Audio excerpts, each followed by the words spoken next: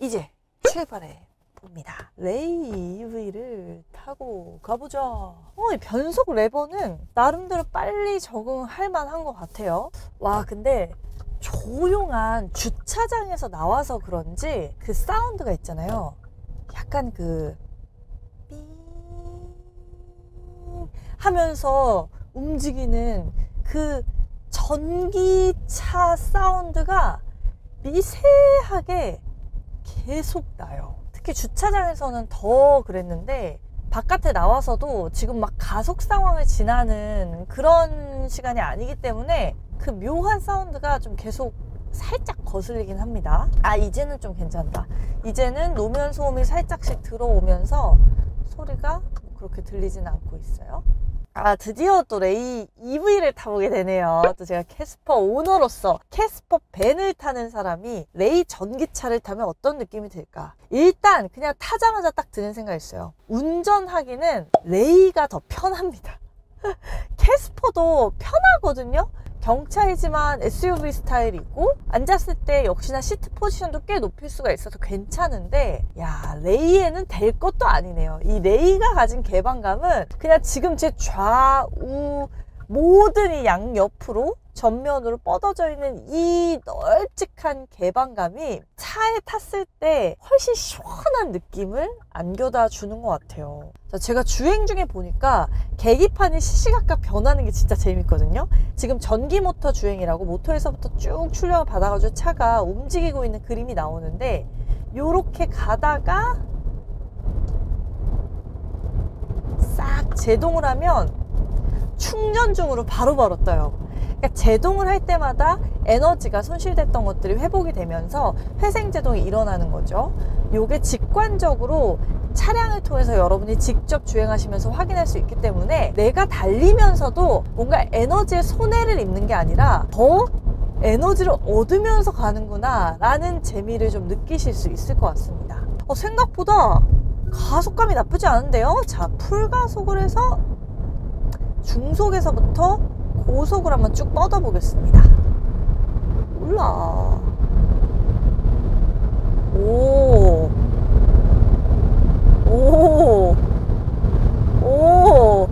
나쁘지 않은데?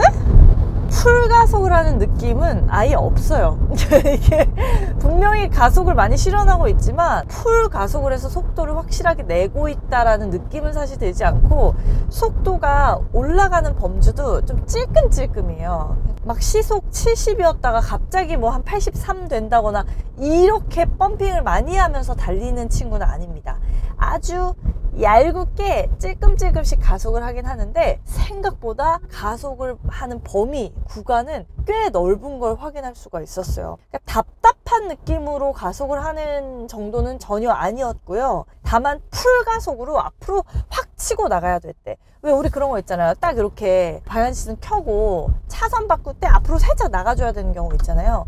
그럴 때 너무 레이를 믿고 앞으로 딱 치고 나가겠지라고 생각하시면 안 된다는 거. 사실 전 놀라운 게 가솔린 차보다 승차감이 훨씬 좋은 것 같아요. 사실은 당연하죠. 배터리가 아래쪽으로 깔리는 전기차 이 구조적 특성상 훨씬 더 무게중심 자체가 약간은 더 아래쪽에 내려와 있는 이 느낌이 안정감이 있어서 좋습니다. 레이 차고 자체가 높기 때문에 앉아있을 때 시트 포지션도 높고, 차가 무게중심이 아래쪽으로 절대 깔릴 수가 없는 바디잖아요. 그런데 전기차의 구조적 특성상 사실 승차감에서는 더 유리해진다라는 거. 그리고 아까 전에 가속을 했을 때 의외로 성실하게 잘 나간다라고 판단이 될 수 있었던 것도 가솔린 모델 대비 실제로 모터에서 출력을 받아서 움직이는 힘이 더 강합니다. 80마력대예요. 원래 기존 가솔린은 76마력 정도로, 제가 타고 있는 캐스퍼의 일반 모델, 그냥 일반 MPI 모델을 탔을 때 딱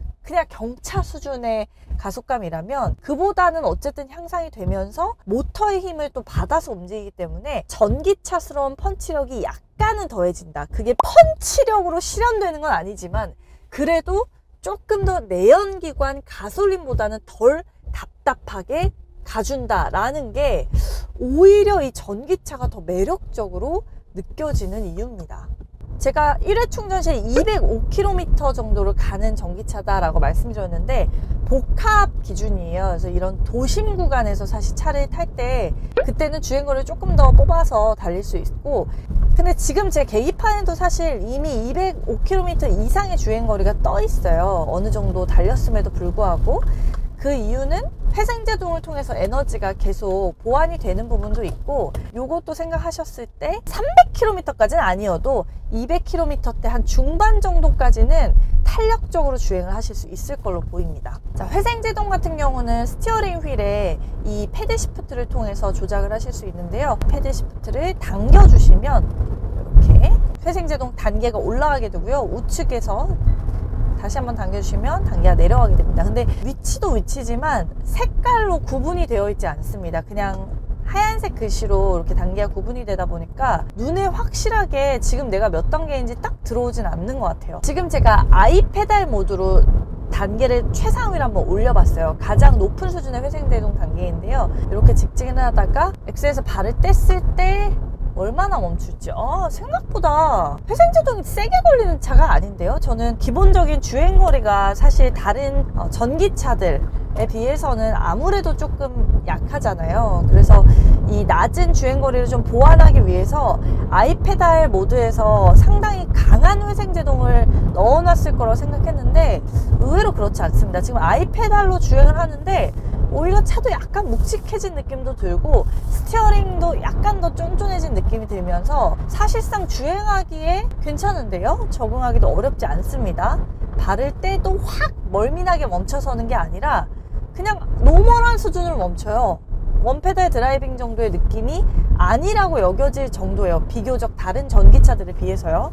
그래서 이렇게 그냥 주행을 하신다면 가장 높은 회생제동률과 함께 에너지를 계속해서 충전시키시면서 좀 달릴 수 있으실 것 같습니다. 이 모두 괜찮은데요. 전기차가 되면서 좋아진 점은 이 레버 위치가 바뀌면서 오토홀드가 들어가게 됐어요. 이게 사실 경차에서 오토홀드 좀 소중하거든요.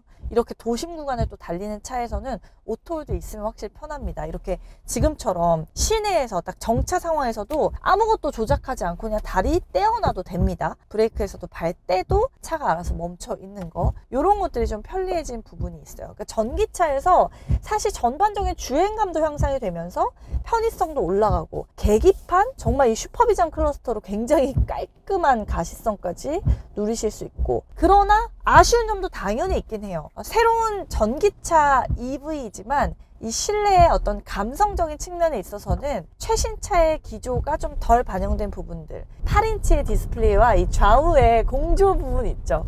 이런 부분들도 좀 약간 구식인데? 라는 느낌을 솔직히 사실 약간 들게 하는 부분이 있는 것 같아요. 또 하나, 지금 이 차량을 밤에 타고 있는 게 아니지만 제가 타고 있는 캐스퍼가 조금 자랑스럽게 느껴지는 이유가 무드램프가 없네요. 근데 그게 은근히 감성적이거든요, 여러분. 경차에서 그런 감성도 가끔씩은 좀 누려줄 수 있어야 된다. 이 캐스퍼는 제가 깡통인데도 나름 이렇게 대시보드에서 은은하게 불이 들어온다라는 거. 이런 약간의 주행과는 상관없는 좀 감성적인 부분들에 좀 캐스퍼와 차이가 있기는 하네요.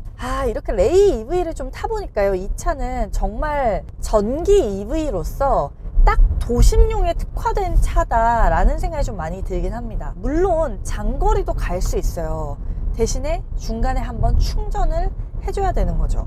그러니까 가솔린에서 하지 않아도 되는 그 한 번의 충전을 더 한다라는 게 사실 장거리를 운행할 때는 솔직히 불편할 수밖에 없거든요. 그리고 이 차량이 이 순수 전기 플랫폼을 가진 차가 아니기 때문에 220V를 활용해서 V2의 기능을 활용한다. 그러니까 전기를 끌어다가 바깥에서 쓰고 이런 것들은 사실 할 수가 없습니다. 그러니까 만약에 이 레이 EV를 사서 캠핑이나 이런 멀리 레저 활동을 즐기시려고 하는 경우에는 사실 제가 기대했던 것보다는 그렇게 적합하지는 않을 것 같다는 생각이 좀 들어요. 왜냐하면 보통 캠핑장 이런 거 생각해보면, 저도 요새 사실 제가 캠핑을 다니고 있거든요. YTN2에서 하는 찐 캠퍼라는 캠핑 프로그램에 차바사 형이 고정 출연을 하게 되면서 캠퍼로서 이렇게 성장하는 이런 이야기를 들려드릴 수 있게 됐잖아요. 캠핑에 대해서 관심이 요새 더 많아졌는데 이 차로는 캠핑장을 가려면 어딜 가든 웬만하면 한 번 정도 멈춰서 충전을 꼭 해줘야 되는 거예요. 멀리는 못 간다는 얘기죠. 근데 캠핑장들이 서울 근교에 그렇게 많지 않잖아요. 그런 걸 생각을 해보면 내가 자연 가까이로 가려고 하면 할수록 충전을 계속 해줘야 된다라는 게 운전자 입장에서는 사실 좀 귀찮은 그런 요소가 될 수밖에 없다는 생각이 들어요.